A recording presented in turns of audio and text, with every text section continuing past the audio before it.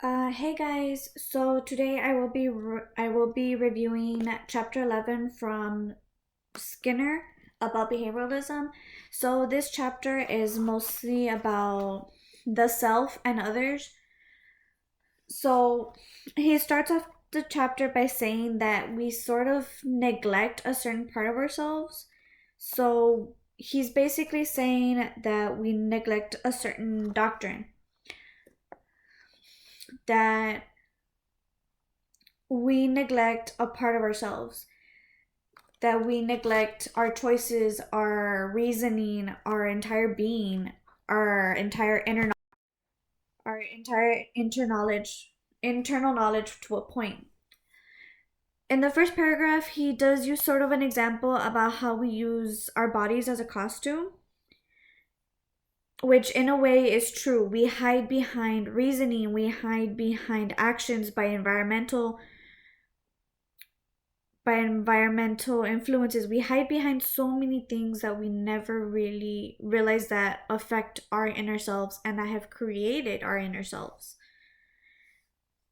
We try as possible to hide behind.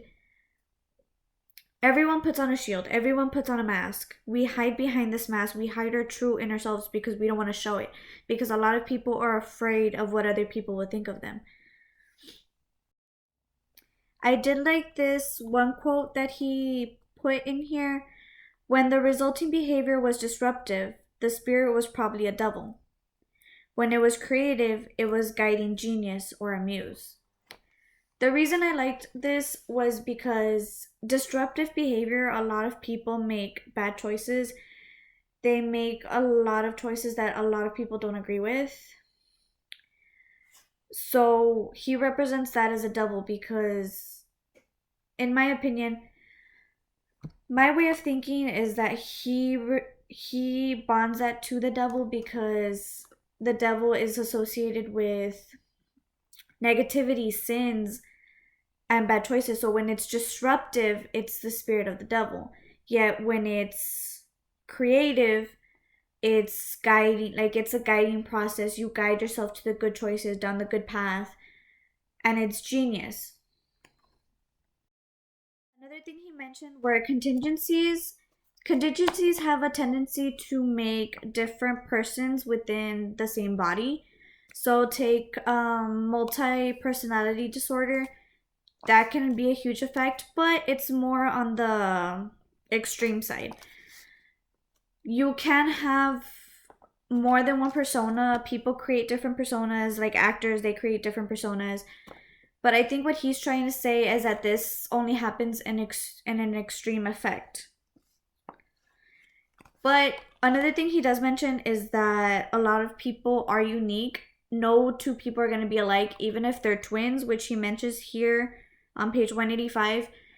He mentions that even though you have a twin, your personalities aren't the same. You don't think the same. One twin can have a good personality, be a good person, have such a good heart, while the other twin can be kind of evil in a way. They can be disruptive, they can be really disruptive and kind of evil, as I mentioned. The next part is knowing oneself. So as I was reading, I came across the different communities that cause us to be how we are.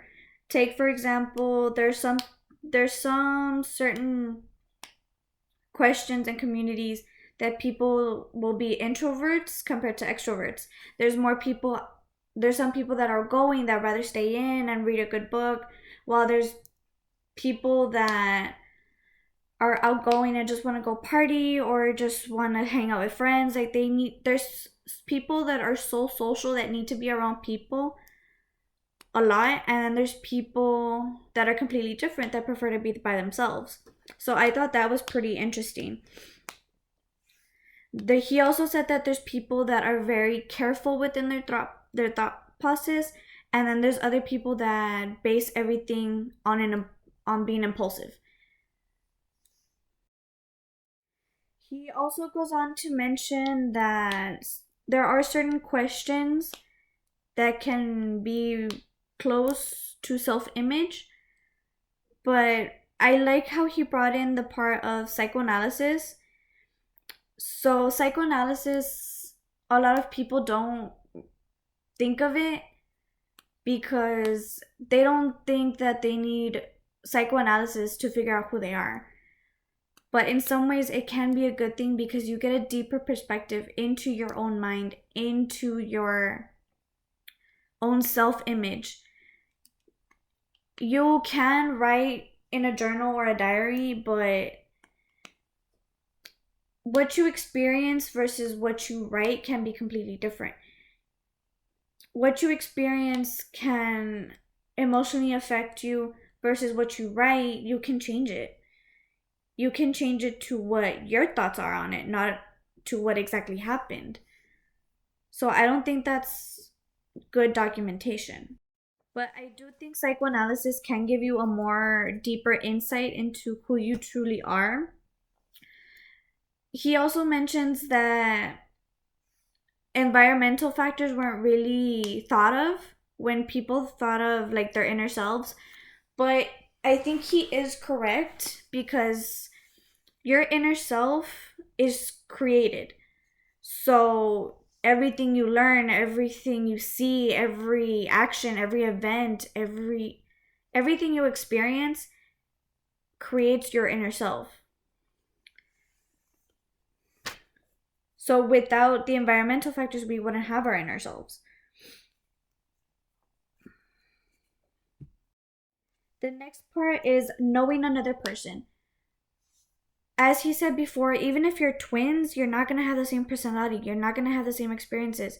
So the way to get to know a person would be through sympathy, getting them to talk to you, asking certain questions.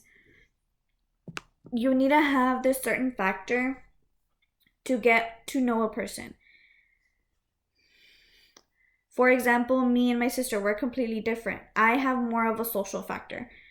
I am more outgoing. I am more willing to talk to people, even if it's random people. I will talk to them if they need help. Showing a bit of kindness always helps.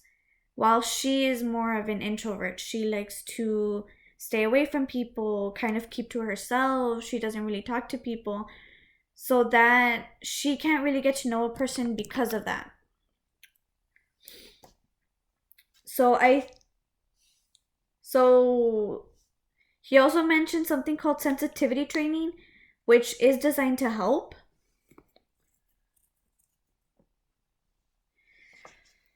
He does go on to say that no one really knows what goes on in another person's life. They can tell you bits and pieces, but you will never really know for sure what is going on in that person's life. As the chapter goes on, he does go on to say managing of oneself. And one way that you can manage yourself is kind of being selfish. Being selfish is only caring about yourself, not caring about others, not having to manage others, but to manage yourself. And personally, I do think you need to manage yourself in order to manage others, because if you can't manage yourself, then in reality, you can't manage others. To manage yourself, you need to keep your calm. You need to keep your emotions in check. You need to keep your actions in check. You need to make sure that everything you do is controlled within yourself.